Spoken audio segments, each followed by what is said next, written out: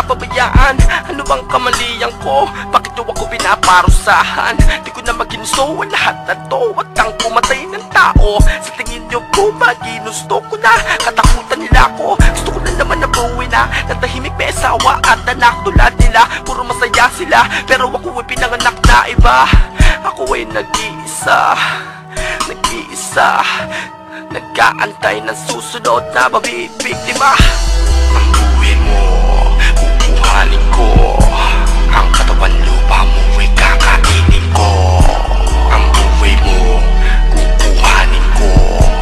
Kung may panahon ka pa, ikaw ay lumayo. Ang buhay mo, kukuhanin ko. Ang katawan lupa mo ay kakainin ko. Ang buhay mo, kukuhanin ko. Kung may panahon ka pa, ikaw ay lumayo. Sa ngalan ng Ama, ng Anak, ng Diyos, Espiritu Santo, bakit po ako nagkaganto? Panginoon ko, patawarin niyo po ako at di ko matanggap. Di ko matanggap na di natupad ang aking pangarap na maging tao, maging normal. Bakit po ako sinilang na isang kriminal?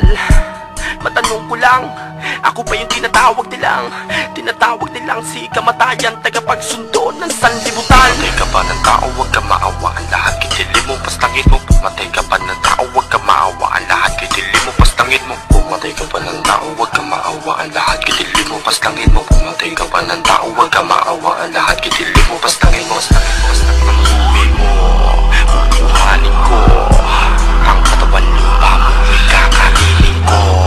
Ang buhay mo, kukuhanin ko. Kung may panahon ka pa, ikaw ay lumayo.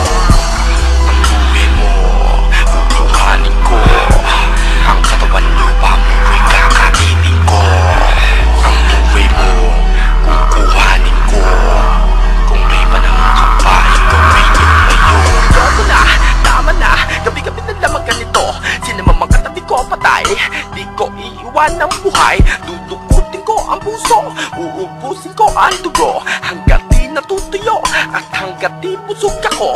Magmasid-masid ka sa dilim at baka nandyan ako. At sa isang di inaasahan ay maging katapusan mo. At sa habag ikay mahain at maging isang pagkain. Mawalang galang na ito ang magsisilbing gabing palagim.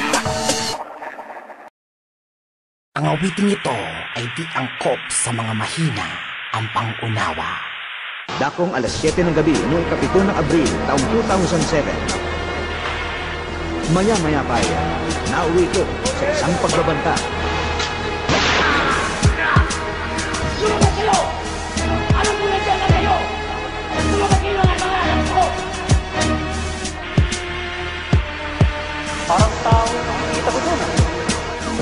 Sa wakas ay natagpuan ko.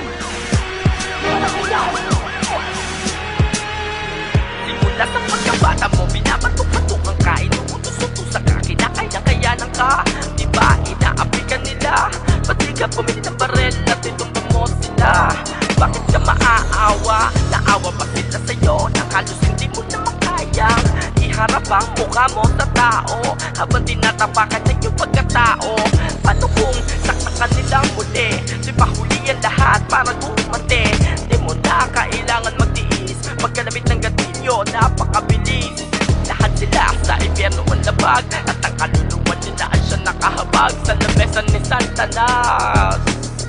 Nasa mga kamay mo ang wakas. Sinasabi niya sa akin, patayin mo sila. lagi niya sinasabi sa akin, Dapat ubusin sila. mapatusan niya ako. Dapat brutal na pagpaslang. Dito sa kamay ko ang mata. Maging katulad kong Sinasabi ala. niya sa akin, Patayin mo sila. lagi niya sinasabi sa Dapat akin, ubusin sila. mapatusan niya ako. Dapat brutal na pagpaslang. Dito sa kamay ko ang mata. Maging katulad kong ala.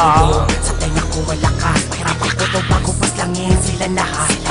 Ako ko na daw ang pagiging mabait. Ubusin na lahat na magiging kagalit. Araw at gabi, di ako pinapatulog. Tunilo sa aking mata kinakalog para mahulog. Hanggang ako'y nahulog sa kanya mga patibong. Ang tanging nagawa ko na lang ay sundin ng kanyang bulong. Pinalikan ko lahat ng mga dating ang mapili ng gayang ko ng puso, kinain ko parang mani. Tama yan. Ko lahat bawat tumanak na dugo. Maghiwalay ang kaluluwa mo sa katawan mo. Hindi na nila ako pwedeng maliitin ulit. Ang brutal na pagpas lang yan ang aking hinasik. Sa aking bawat